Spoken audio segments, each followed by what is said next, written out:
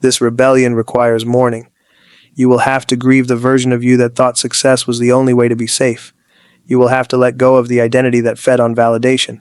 You will have to stop performing even if people don't clap anymore. And yes, some people will fall away, because the version of you that appeased everyone, over-delivered, and sacrificed authenticity for approval, that version made others comfortable. But you're not here to stay comfortable. You're here to become whole. And wholeness is messy. It doesn't always look like success. Sometimes it looks like quitting the job that pays 6 figures but costs your soul. Sometimes it looks like saying no when you've built your life on yes. Sometimes it looks like sitting in your own pain without trying to turn it into a productivity hack. You will have to confront the part of you that believes you are only as valuable as your output. You will have to unlearn a culture that told you burnout is noble, perfection is power, and emotions are a liability. You will have to trust that being, not achieving, is enough.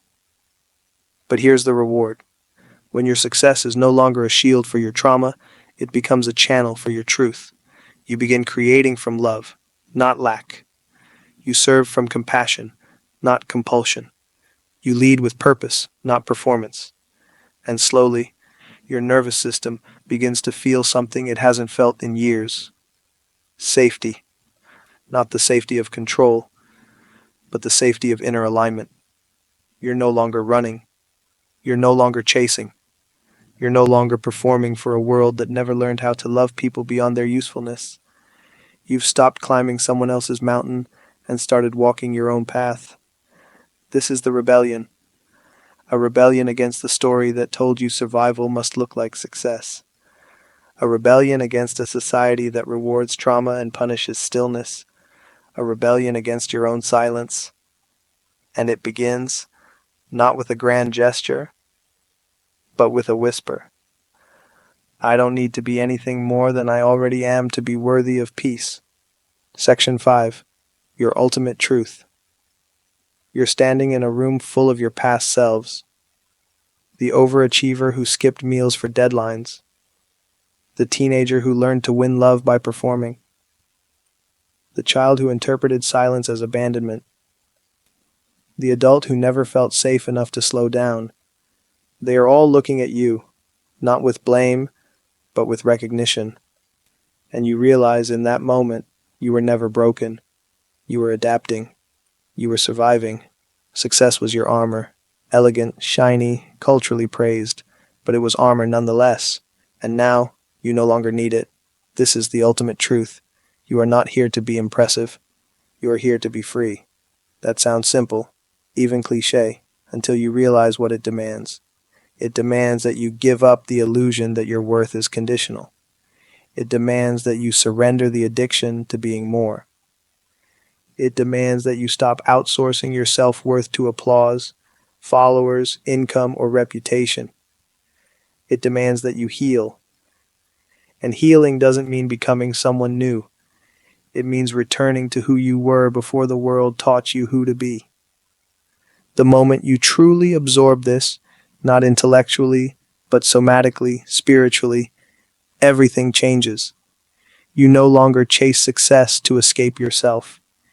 You succeed as a byproduct of knowing yourself. And this is the paradox the world rarely tells you. The most powerful, sustainable, and life-giving success emerges when you no longer need it. Because when you're no longer driven by fear, success stops being a means of control and becomes an act of contribution. You are not trying to fix your past. You are expressing your truth. You are building things that matter, not because they prove anything, but because they are meaningful.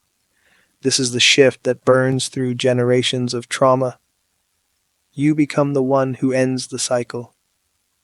Not just for you, but for everyone who comes after you. Your children, your community, your inner child. You become the one who says, success is not my redemption story. It is my creative expression. And the irony is, the world will still notice. You will still rise. You will still lead, build, speak, write, and succeed. But now, it won't cost you your soul. Now, it will heal it. You may even return to some of the same goals: the book, the business, the art, the vision. But you return as someone new, or rather, someone ancient. The version of you, untouched by fear, unshaped by trauma, undefended by persona. You become a vessel for something deeper. And that depth cannot be ignored. People can sense it. They don't know what changed, but they feel it. Your energy becomes undeniable. Not because you're trying harder, but because you're finally not trying at all. You're just being. And in a world built on facades, being real is radical. That is the final transformation. Not success is performance, but success is wholeness. Not climbing to escape the past, but rising because you are rooted in the present, not driven by what hurt you, but guided by what heals you. This is no longer about goals. This is about liberation. So the next time you feel the urge to prove yourself, ask, to whom? Who told you that rest was laziness? Who taught you that love must be earned? Who made you believe that your softness was weakness? That your anger was shameful? That your worth needed metrics? Trace the voice back. Unmask it. And then gently, lovingly, let it go. It is not yours. You are allowed to want more without being afraid of less. You are allowed to stop, even when the world tells you to run. You are allowed to be ordinary and still be whole. And perhaps the deepest truth of all, you are already enough, even when you're not achieving anything. Sit with that. Let it shatter you. And in the ruins of everything you thought success meant, you will find what it actually does. Not power, not perfection, not performance, but peace. And in that peace,